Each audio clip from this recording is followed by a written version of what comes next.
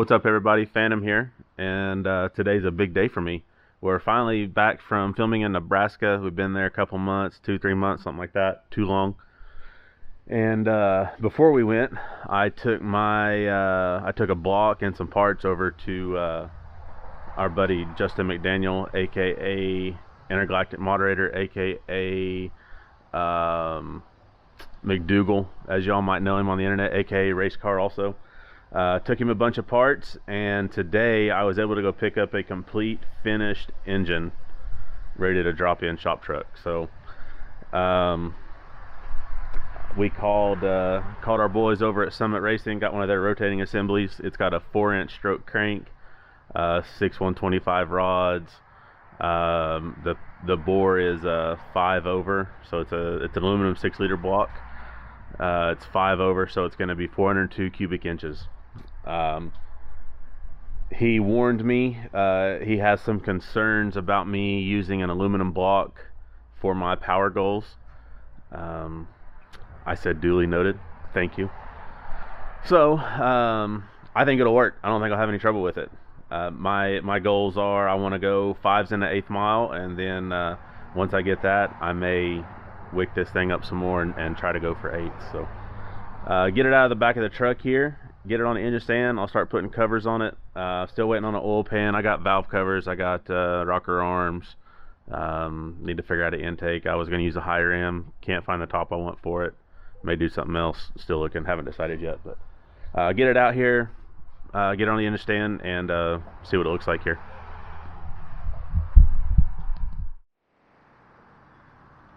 So there it is, 402 cubic inches of X-Power Racing Engines goodness. Nothing, I mean, it's nothing real special. It is honestly the nicest engine I've ever had built. Everything is brand new. I mean, I've had some nicer engines, or some nice engines in the past, but they still had used parts in them. My 370 that I used for my Pro Charger deal was a used crank out of a 5.3 that I had laying around. The rods were out of the 408 that I got, or that were in the truck when I got it from Sean. The heads were used. I mean, you know, it was nice, but you know, this is all brand new. New crank, new rods, new pistons, new valve springs, new oil pump. It's the Melling 10296, but oddly enough, instead of coming in a Melling box like it used to, it came in a Moroso box this time. So I don't know what happened there. Did Moroso buy Melling out? Maybe, I don't know. So if anyone knows that, you can answer it for me. I use a Rollmaster single timing chain. Let's see what else. I got a camshaft from Smallwood Race Development, Martin Smallwood. Let's see, ARP studs throughout, of course. Just some 317 heads that McDougal did a valve job on for me. They're not ported, nothing fancy. I use a Pack 1209X valve spring, and that's pretty much that. Like I said, I'm waiting for the oil pan to come in. It's a nice Moroso unit. I've got Moroso valve covers for it that will come off of my old motor. These right here. I like them. They're billet. I have them powder coated. I just think they're cool looking. And then my intake dilemma, I'll figure it out. I'll get an intake on it, get it shoved in the truck, and then we'll start building turbo piping here soon. So what's up, guys? So it's a few weeks, probably close to a month after I cut the video off last time. Unfortunately, we do not have power right now, so there's not much I can do. So I think what I'm going to do is just go ahead and tear this motor down a little bit. I'm going to get the camshaft out of it. I think we're going to use this camshaft in the motor that X-Power is building for Sean's 55, the Pro Charger deal. That's what this motor was. It's in my truck, was Pro Charger, and it seemed to make good power. So I think we'll use the same camshaft. just gonna do some cleaning up. I don't want to pull this motor out yet. I'm gonna use it as a mock-up so I can build my turbo kit. I'll probably pull the heads off of it and show you guys why I'm starting over. But really that's about all I can do. Like I said, no power, so the lift isn't working, which isn't a terrible deal. I've done all this stuff without a lift for many years, but I don't want to right now, so I'm not going to. So I'll put this GoPro up, stick it on the hood. You guys can watch me work. I'm going to start with getting the rocker arms off, get the push rods out, then I'll pull the balancer off, take the timing cover off, and then get the camshaft out. So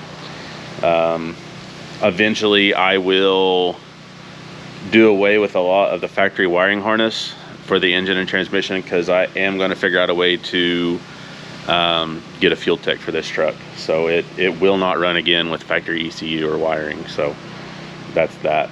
I've worked a little bit on it today so far. Got the water pump off, a few miscellaneous hoses and stuff that are in my way, but I'll stick this thing up there and you guys can watch me work now.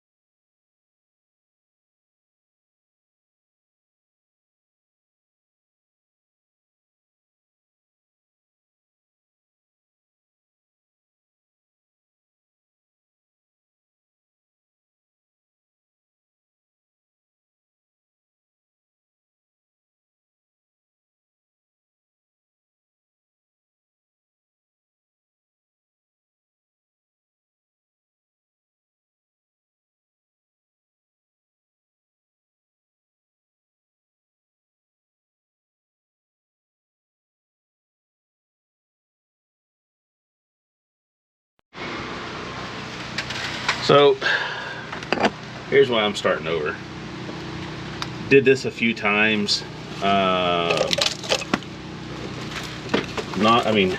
not tune-up related.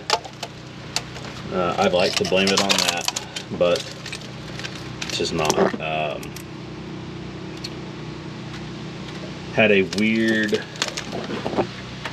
real weird electrical gremlin for a long time. I did this exact same thing on several different cylinders, probably I don't know, 4 or 5 times, and finally narrowed it down to not a bad alternator. I was just spinning stock replacement alternators too fast.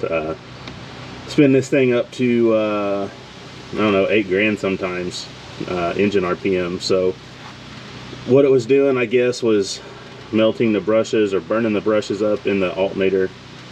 So what I did to fix the issue was I put a big alternator pulley on it.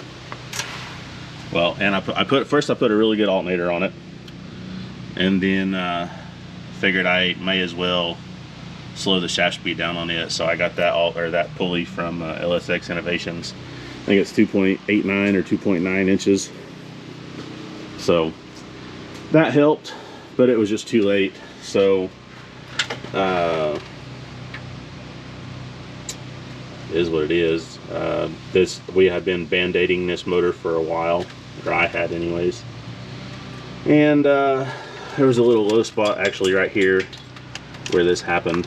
I don't know if you can see that, but I filled it up with gray silicone, and honestly it held as long as it was boost only. As soon as I tried to spray it, it just lifted, and that was that. So I'm gonna start over. This was a 370 cubic inch. It was a LS2 block. It was already 20 over when I got it, I guess. Come to find out, I thought it was just a stock block that someone had spun a rod bearing in. However, got it to the machine shop, it was 20 over. So I didn't really want to go that big, but we went ahead and went to 30 over. So I had a 4030 piston, a 6.125 inch rod, just Kelly Compstar rods. It's the same rods that I had in the 408. Just reused them. Had to replace one because I broke it when I blew the 408 up. Factory crank that I just found out of another motor. I think it came out of a 5.3. Nothing special. This thing made a lot of power. I put around, I want to say 8,500 miles on this thing. It made over 1,100 at one point.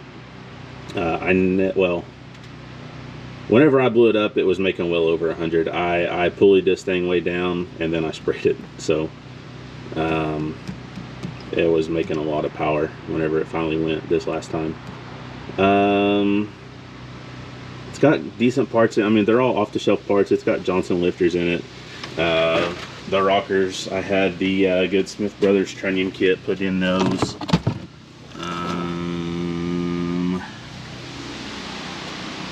You know, the same oil pump we use for everything. I had an ATI balancer on it. Comp timing cover. I still can't remember why. Oh, no. I can't remember why I bought that timing cover. Moroso oil pan. The Pack 1209X springs that I like to use in my motors that see some RPM and boost. Trying to think.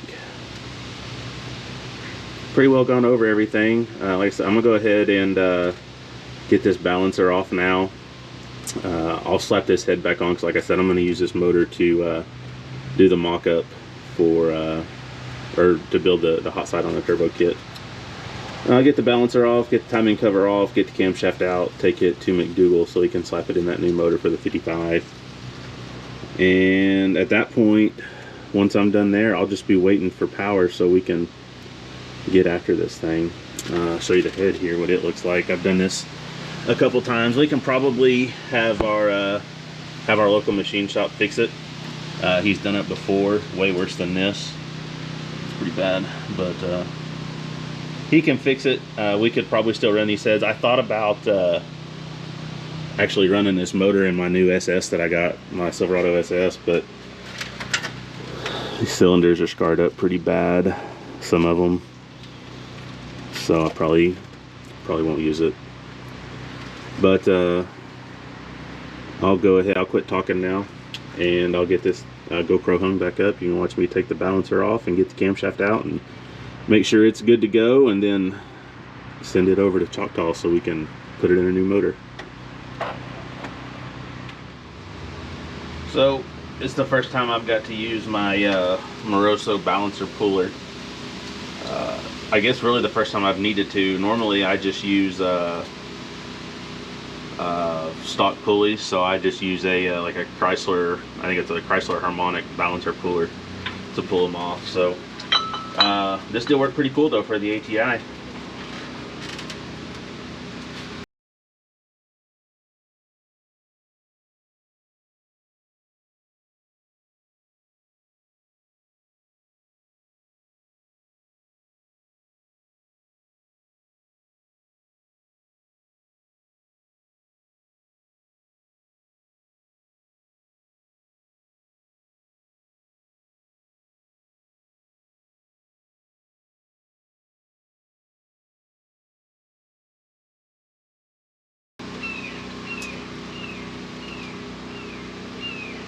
Little pro tip here: use your water pump bolts to spin the cam and pull it out. Just lets you get a little better grip on it. Or you can buy one of the tools from like Summit Racing or Texas Speed that they make specifically for this.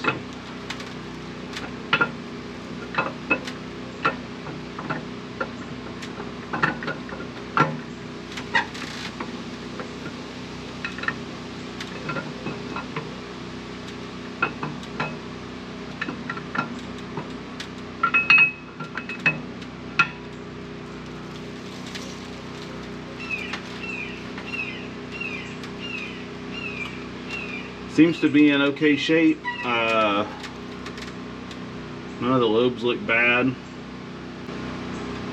Looks like cam bearings were still good. get this thing in a box and get it over to McDougal. Nothing real special about this cam. It's basically Texas Speed's F35 cam, and I put it on a 114 lobe separation, so it seemed to work well. So we're gonna try it in the 55. So that's pretty much gonna be it for today. I'll probably put the timing cover back on, put the balancer back on, put the head back on, and then the next time I have a video on this will probably be us fabricating the hot side for the turbo kit. I did call Stainless Works today, ordered all my bends that I need. It's going to be 2.5 inch from the headers up to the turbo, and then the turbo will have a 4-inch downpipe on it. So I'm still not sure if I'm going to go all the way back out with the exhaust, or I don't know. I kind of like bull horns, so I'm having a debate with myself on that. I don't know if I want to cut a hole in the bumper, because that's the only way I'll do a bull horn. I'm not going to go in between the fenders or under the fender or anything like that. So I don't know yet. I'll have to decide on that. I will probably go all the way out the back, because there's so many daily driver type classes that say you got to have full exhaust. So probably go ahead and go out the back. Like I said, that's pretty much it. Not having any power sucks. I'd try to do a little more if I had power. I don't. So appreciate you guys clicking in here. Thanks for hanging with me to the end. I know most of you guys would rather see Sean. It's not always going to be possible. Whenever he's gone is whenever I get to work on my stuff. So that's just the way that is. Appreciate you guys that are taking an interest in the project. It's going to be cool. Again, this is my dream truck. This is everything I've ever wanted in a play truck. I went 980s with the Pro Charger, and it had a lot more left in it, but that was my goal. I wanted to have a daily driver that I could drive 2 hours to the track, bust off a 9-second pass, drive it home. I did it. I've had turbo trucks in the past, and they sucked. Don't know if it was me, don't know if it was me not using the correct parts, don't know if it was me just not knowing what I was doing. So I'm gonna figure this thing out. I have a goal, like I said, I have a goal of on run 5s and an 8th, and then I might crank it up and see if we can run 8s and a quarter. I don't know. I'm not planning on taking any weight out of it. It does have the badass kicker stereo system with 2 10-inch subs. I mean, it's got speakers everywhere in this thing, 2 amps, TV in the dash, leather seats. I'm adding weight by putting a full console in it.